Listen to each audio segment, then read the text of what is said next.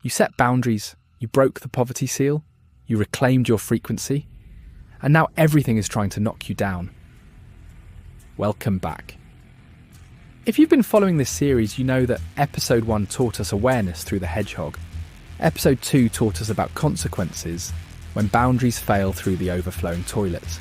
Episode 3 is about what happens next, and it's not what you expect. I had a dream of a paraglider that crashed towards me repeatedly. Not once, multiple times. Each time I dodged it, each time it came back. And the most disturbing part, it felt intentional, like it was testing me, like something was deliberately trying to see if I'd hold my ground. This dream happened exactly 4 days after I established real boundaries in my life. 4 days after I had the difficult conversations. 4 days after I said no to people I'd always said yes to, and my subconscious responded with this, a threat that wouldn't stop coming. The moment you set boundaries in your life, the universe tests you, not to punish you, to verify you're serious. Think about it. For years, maybe decades, you've been broadcasting a certain frequency. I'm available, I'll absorb your problems, I'll sacrifice my needs for yours. And the people around you, consciously or unconsciously, responded to that frequency. They expected you to behave in predictable ways. Then suddenly you change the signal. You say no, you prioritize yourself, you refuse to carry what isn't yours. And everyone around you experiences cognitive dissonance. This isn't how you usually act. What's happening? The threats escalate. Not because people are evil, because systems resist change, relationships resist change, energy patterns resist change. When you shift your frequency, everything that was organized around your old frequency tries to pull you back. This is the resilience spiral, and understanding it is the difference between successfully transforming your life and collapsing back into old patterns within weeks. The crashing paraglider represents cyclical threats, challenges that return repeatedly, each time slightly different, although fundamentally the same. These aren't random, they're initiated by your own transformation. Let me explain the mechanism. When you establish boundaries, you create a vacuum energy that used to flow through you. Other people's problems, demands, emotional weight suddenly has nowhere to go. Those people feel the absence. They feel the boundary, and unconsciously they test it. Are you really serious about this? Can I still get you to say yes? Can I guilt you back into your old role? The paraglider plunging toward me wasn't a person. It was the collective energy of everyone whose expectations I'd just disrupted. My dream was showing me, this is going to keep coming. You're going to have to keep dodging over and over until the system accepts the new reality. What was fascinating was that each time I dodged, I got better at it. The first time, panic. The second time, calculated movement. By the third time, I was almost calm. My subconscious was training me. Building resilience through repeated exposure to the threat. This is threat simulation theory from neuroscience. Your brain creates dream scenarios to rehearse survival responses. The crashing paraglider wasn't predicting a literal crash. It was preparing me for cyclical boundary violations in real life. That's exactly what happened. The week after this dream, 3 different people, family, friend, colleague, pushed back against my new boundaries, each one with a different tactic. Guilt, anger, passive aggression. Each one trying to make me feel bad for prioritizing myself.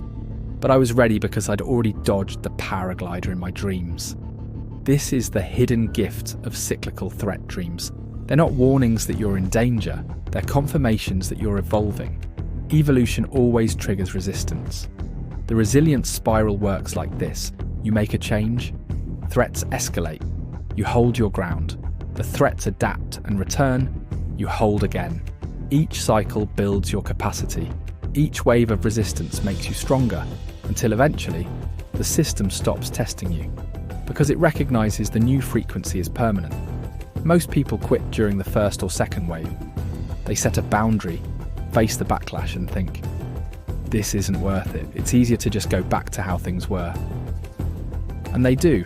The dream pattern stops because the transformation aborted.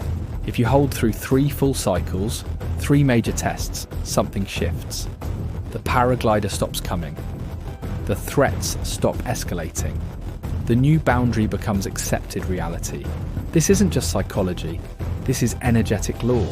When you change your frequency, the field around you reorganizes. But reorganization takes time. During that time, the old patterns try to reassert themselves. It's not personal, it's physics. Let me tell you what was happening in the background of my paraglider dream that I didn't mention. I wasn't alone on the ground. My partner was there. In the dream, I noticed something crucial. I kept trying to show her the threat. Look, it's coming again, do you see it? Like I needed her to witness it. To validate that this was real, that I wasn't overreacting.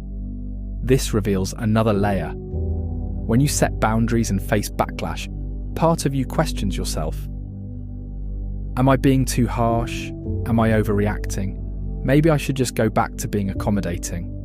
The dream was showing me this self-doubt. It was also showing me the solution. Stay aware, keep dodging, and trust your perception even when others don't see the threat.